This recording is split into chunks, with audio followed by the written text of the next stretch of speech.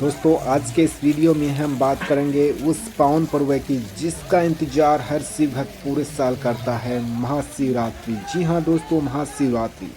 क्या आपने कभी सोचा है कि महाशिवरात्रि क्यों मनाई जाती है? इसके पीछे क्या पौराणिक रहस्य छुपा हुआ है? क्यों इस रात को जागरण और शिव पूजा का विशेष महत्व बताया गया है? इस वीडियो में हम जानेंगे महाशिवरात्रि का आध्यात्मिक महत्व है और इस दिन व्रत व पूजा का सही महत्व है। तो आज आप हमारे साथ इस वीडियो के अंत तक ज़रूर बनिए, क्योंकि आज की इस जानकारी के साथ ही आपका विश्वास और भक्ति को और भी मजबूत कर देगा। जी हाँ दोस्तों, अगर वीडियो पसंद आए तो वीडियो को लाइक ज़रूर कर देना। नमस्ते जी। नमस्ते जी। आपका परिचय करवा दीजिए। मेरा नाम ब्रह्मा कुमारी सुमन दीदी है। मैं यहाँ पर चूरू में ब्रह्मा कुमारी सेवा केंद्र का संचालन करती हूँ पिछले 26 वर्षों से। हमारे सेवा केंद्र पर राजयोग की शिक्षा दी जाती है और इस शिक्षा के लिए सुबह शाम हमारे सेवा केंद्र पर बहुत लोग आते हैं और आध्यात्मिक शिक्षा को प्राप्त करते हैं। आज हम देख पा रहे हैं यहाँ पर महाशिवरात्रि का जो हमारे बिसाऊ कस्बे के अंदर भी काफी मात्रा में श्रद्धालु लगातार पहुंच रहे हैं और शिवलिंग पर जल चढ़ा रहे हैं, प्रसाद चढ़ा रहे हैं। जिस तरह से अपनी मनोकामनाएं सुख समृद्धि के लिए है, अपने जो काम अटके उसके लिए मनोकामना मांग रहे हैं। तो मैम, मैं आपसे जानना चाहूंगा कि ये महाशिवरात्रि की ये शुरुआत कैसे होती है, किस तरह से होती है और इसका सही उद्देश्य देखा जाए तो वो क्या है, उसके बारे में आप थोड़ी जानकारी देने की कोशिश करें।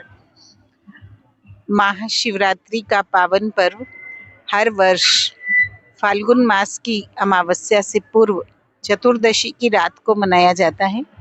इस पर्व को महाशिवरात्रि कहते हैं। वास्तव में ये परमपिता परमात्मा का अवतरण उत्सव है, जिसको हम शिव जयंती के रूप में मनाते हैं। विचार करने की बात है कि ये पर्व जो फाल्गुन मास देसी महीनों का अंतिम मास है और उसकी सबसे अंधियारी रात अमावस्या से पूर्व की रात्रि जो है उसमें ये पर्व आता है।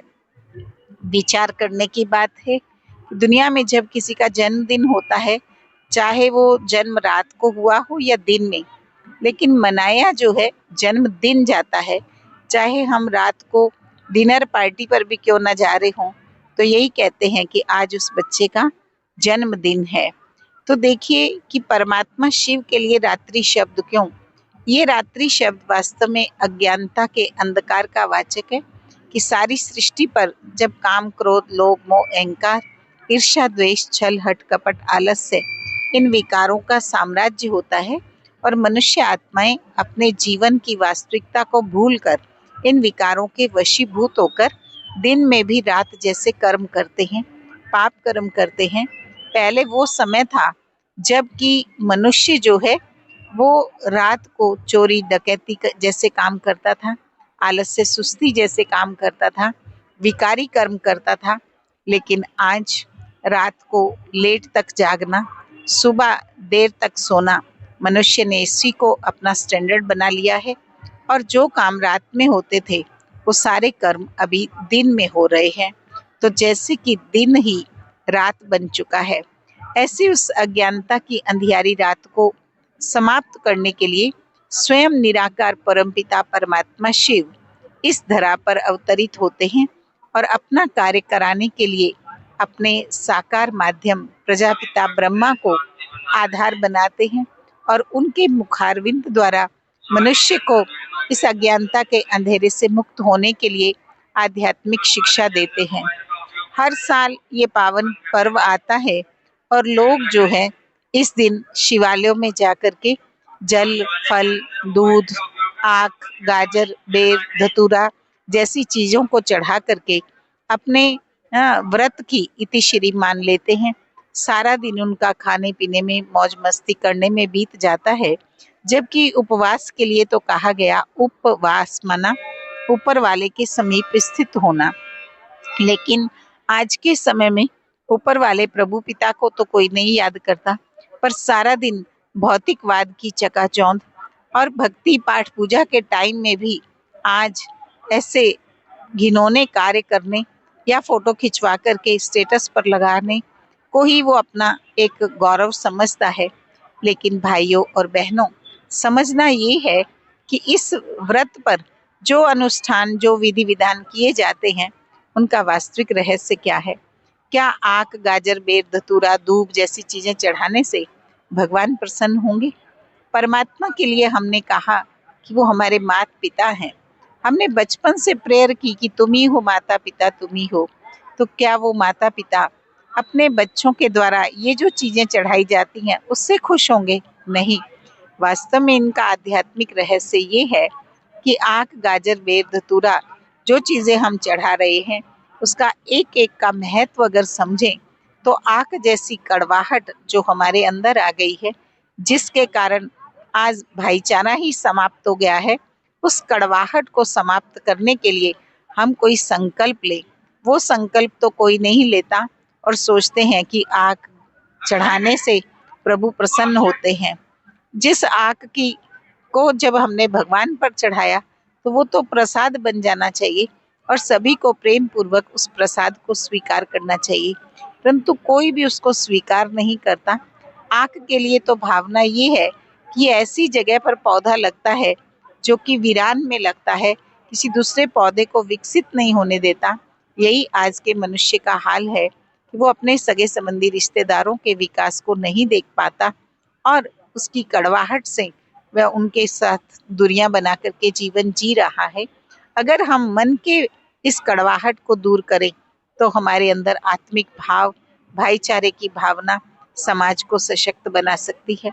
इसी प्रकार आप देखिए, दूध और पानी मिलाकर चढ़ाते हैं, जिसमें दूध की मात्रा कम और पानी की मात्रा ज्यादा। अर्थात आज मनुष्य जो है वो व्यर्थ संकल्प ज्यादा करता है और समर्थ संकल्पों का बिल्कुल ही अभाव हो गया है। लेकिन हमें समर्थ संकल्प करने हैं और व्यर्थ से अपने आप को मुक्त करना है। इस बात को कोई समझ नहीं पाता है और जो सब कुछ चढ़ाया जाता है मनुष्य के लिए, ये कहते हैं कि ये प्रभु को अर्पित हुआ, ये शिव पर चढ़ गया तो ये अब खाने लायक ही नहीं रहा। अगर वो जो भी चढ़ा, चलो मनुष्य अगर चाहें तो उसको प्रसाद की तरह बांट करके खाएं, जिनको कि प्रभु की कृपा का सुख मिले, ऐसा न करके बल्कि उस सारे के सारे को उठा करके ऐसी जगह डालते हैं जो कि सारा प्राय नष्ट ही हो जाता है। तो लोगों ने बहुत श्रद्धा से ये सब चीजें खरीदी, धोया उनको, फिर बहुत श्रद्धा भावना से चढ़ाया। तो भगवान ने कब कहा कि आप इसको मेरे मेरे ऊपर जो चढ़ गई चीज उसको स्वीकार नहीं कर सकते? ऐसी कोई बात नहीं है। लेकिन लोगों की अंधश्रद्धा बहुत चीजों को प्राय वेस्ट करने में ही चली जाती है। ऐसे उस समय में लोग जागरण करते हैं। अब आप देखिए, जागरण भी रात को 10 बजे के बाद जब सोने का टाइम होता है तब जागरण शुरू होता है और सुबह 4 बजे वो जागरण भी समाप्त हो जाता है।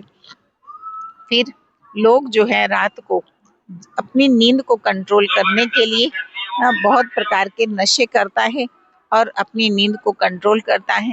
अगले दिन बस यही गीत गाता रहता है कि सारी रात जागरण किया इसलिए थक गए, नींद नहीं आई, कोई काम नहीं हम कर सकते। इस प्रकार की भावना उसके अंदर रहती है।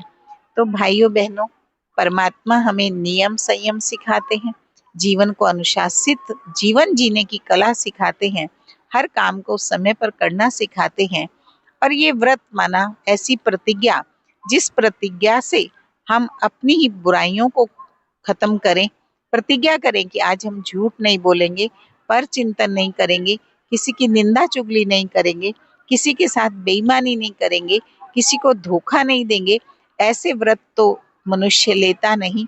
एक दिन अनाज नहीं खाने का व्रत लिया और आजकल तो अनाज नहीं खाया तो क्या हुआ, बहुत सारे लोग अनेक प्रकार की मिठाइयाँ, अनेक प्रकार के व्यंजन बना करके सारा दिन खाते रहते हैं और उन्हीं में उनका समय चला जाता है।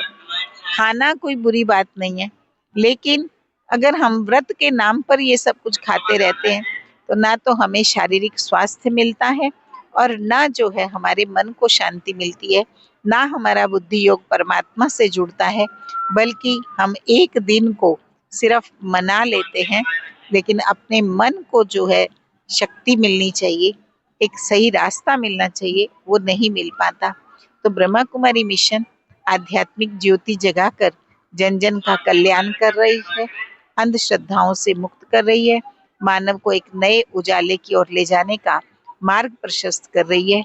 तो भाइयों बहनों, हम ये नहीं कह रहे हैं कि आप व्रत मत करें या जो कुछ चढ़ा रहे हैं वो मत चढ़ाइए, लेकिन इन बातों के भाव को समझिए और अपने जीवन को सार्थक बनाइए।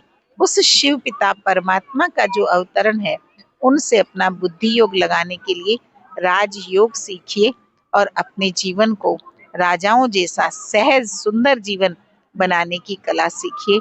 यही महाशिवरात्रि के पावन पर्व का संदेश है। ओम शांति। तो दोस्तों बहुत ही अच्छी जानकारी दी। आपको वीडियो कैसा लगा कमेंट करके जरूर बता दीजिएगा और कमेंट बॉक्स में जरूर लिखिएगा। हर हर महादेव। ओम